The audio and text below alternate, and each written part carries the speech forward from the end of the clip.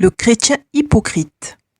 La première chose à savoir, c'est que nous ne devons pas mettre tout le monde dans le même panier. C'est de l'immaturité et c'est une pensée qui est non conforme aux principes du royaume de Dieu.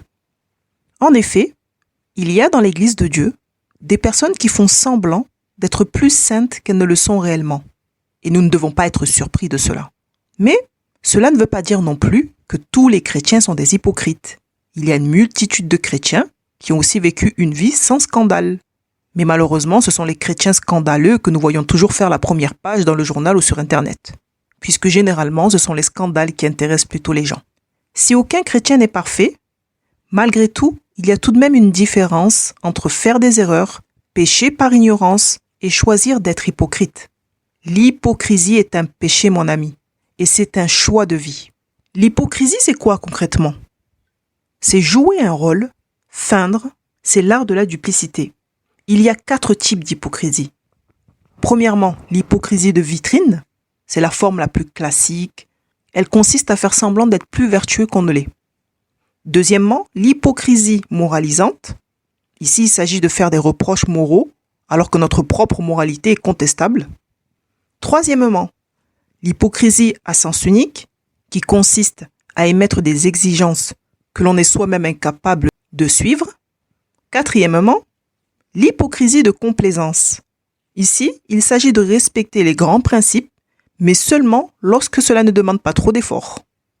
La Bible nous montre que l'hypocrisie et l'amour sont opposés, et que l'hypocrisie et le mal font finalement un. Que l'amour soit sans hypocrisie. Ayez le mal en horreur. Attachez-vous au bien. En règle générale, comment reconnaît-on un hypocrite? Premièrement, il tient un double langage.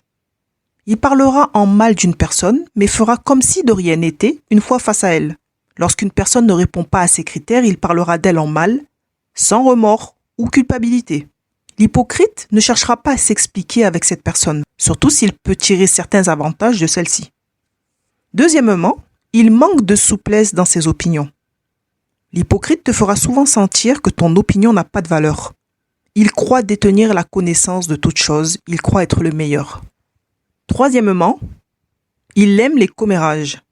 L'hypocrite est toujours au courant de ce qui se passe dans la vie des gens, toujours au courant du dernier potin du bureau, de l'église. Il a tendance à chercher l'attention en inventant et en amplifiant des histoires qui ne le concernent pas du tout. C'est celui qui veut tout savoir sur tout le monde. Quatrièmement, il n'est jamais coupable.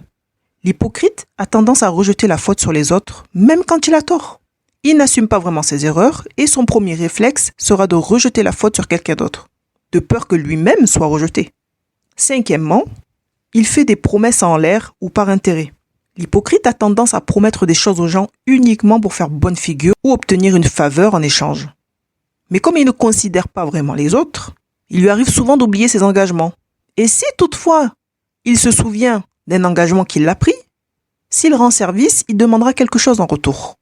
Ou alors il te rappellera, tu te souviens quand je t'ai dépanné le 3 juillet 1995 ?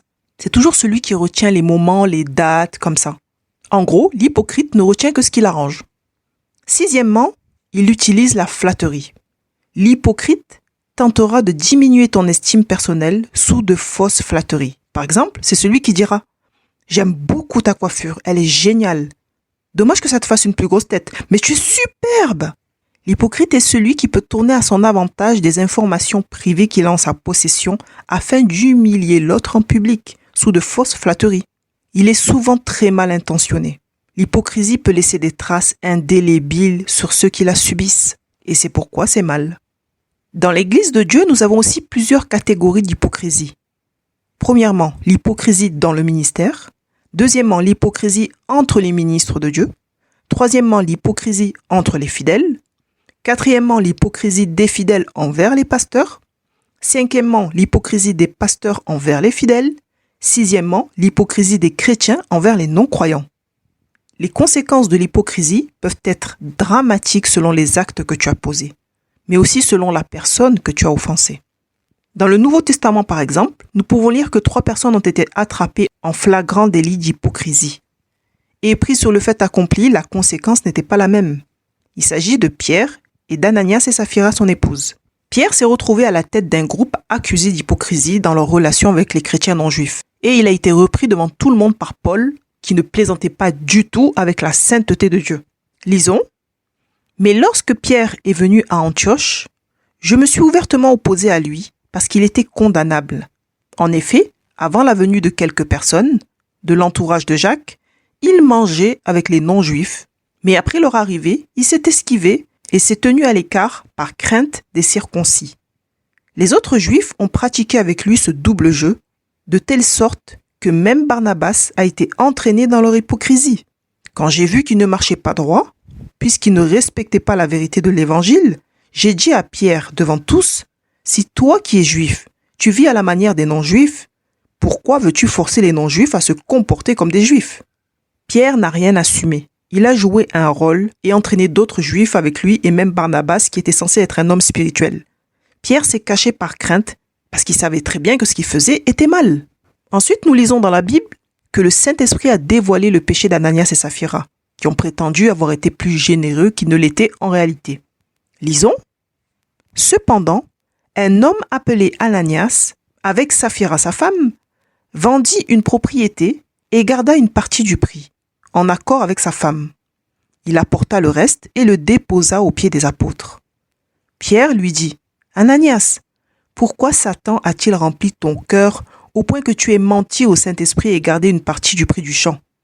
S'il n'avait pas été vendu, ne te restait-il pas? Et après l'avoir vendu, n'avais-tu pas le droit de disposer du prix? Comment as-tu pu former dans ton cœur un projet pareil? Ce n'est pas à des hommes que tu as menti, mais à Dieu. » Quand Ananias entendit ces paroles, il tomba et expira. Une grande crainte s'empara de tous ceux qui l'apprirent. Les jeunes gens se levèrent pour envelopper le corps, puis ils l'emportèrent pour l'enterrer. Environ 3 heures plus tard, sa femme entra sans savoir ce qui était arrivé. Pierre lui adressa la parole. « Dis-moi, est-ce bien à ce prix que vous avez vendu le champ ?»« Oui, répondit-elle, c'est à ce prix-là. » Alors Pierre lui dit, « Comment avez-vous pu vous mettre d'accord pour provoquer l'Esprit du Seigneur? Ceux qui ont enterré ton mari sont à la porte et ils vont t'emporter toi aussi. » Elle tomba immédiatement aux pieds de l'apôtre et expira. Quand les jeunes gens rentrèrent, ils la trouvèrent morte et l'emportèrent pour l'enterrer à côté de son mari. Une grande crainte s'empara de toute l'Église et de tous ceux qui apprirent ces événements. Mon ami, avec le Saint-Esprit, on ne blague pas. L'hypocrisie, l'esprit de mensonge et l'art de la duplicité fonctionnent toujours ensemble. Et c'est de cette manière que l'hypocrite réussit à tromper les gens. Et parfois, ce mensonge peut durer très longtemps, si les gens n'ont pas de discernement, évidemment. On peut tromper les hommes, mon ami, mais le Saint-Esprit, là, tu ne peux pas le tromper. Ananias et sa femme Saphira ont proposé de vendre leur propriété pour mettre l'argent à disposition de l'Assemblée. Ils se sont entendus avec les apôtres sur le prix de vente, et ensuite, Ananias et Saphira se sont concertés pour monter un plan, pour mettre au point un gros mensonge pour duper les apôtres. Ils ont voulu faire un coup d'état aux apôtres, en oubliant que le Saint-Esprit est l'esprit de vérité. Et que cet esprit de vérité dévoile les cœurs, qu'il dévoile les péchés. Ils ont oublié ça, eux. Et c'est cette hypocrisie qui les a amenés à la mort, tous les deux. C'est pourquoi la parole de Dieu nous met en garde contre l'hypocrisie. Parce que c'est un péché qui peut avoir des conséquences dramatiques. Débarrassez-vous donc de toute méchanceté, de toute ruse, de l'hypocrisie, l'envie et de toute médisance. Débarrassez-vous, la Bible dit. Ce que nous devons comprendre en lisant ce verset, c'est que si tu t'aperçois que tu as des manifestations de méchanceté ou des symptômes, tu ne dois pas perdre une seule minute. Il faut immédiatement t'en débarrasser. Tu dois t'en défaire sans tarder. L'hypocrite ne se contente pas d'être méchant, mais il veut se faire passer pour quelqu'un de bon et de juste. Lorsque Jésus parle des hypocrites, il associe l'apparence souvent avec le titre et le mauvais cœur. En gros, il dénonce la duplicité. Jésus dit « Malheur à vous, scribes et pharisiens hypocrites, parce que vous ressemblez à des sépulcres blanchis qui paraissent beaux au dehors et qui au dedans sont pleins d'ossements de mort et de toute espèce d'impureté. » Jésus a condamné l'hypocrisie. Et la lecture de tout le chapitre 23 du livre de Matthieu nous donne une bonne description de ce que Jésus appelle hypocrisie. Premièrement, l'hypocrite est souvent très instruit dans les choses de Dieu, très engagé, il a de la connaissance, mais ne respecte pas la loi dans sa totalité, ou pratique la loi sans amour. Et il oblige les gens à respecter la loi à la lettre, alors que lui les méprise. Deuxièmement, l'hypocrite fait des œuvres afin que les gens conservent une bonne image de lui. Il aime la reconnaissance, il aime que les gens l'idolâtrent, et il aime que les gens l'appellent par son titre. Troisièmement, l'hypocrite est celui qui peut maudire les gens qui ne vont pas dans son sens. Il aime abuser de son autorité.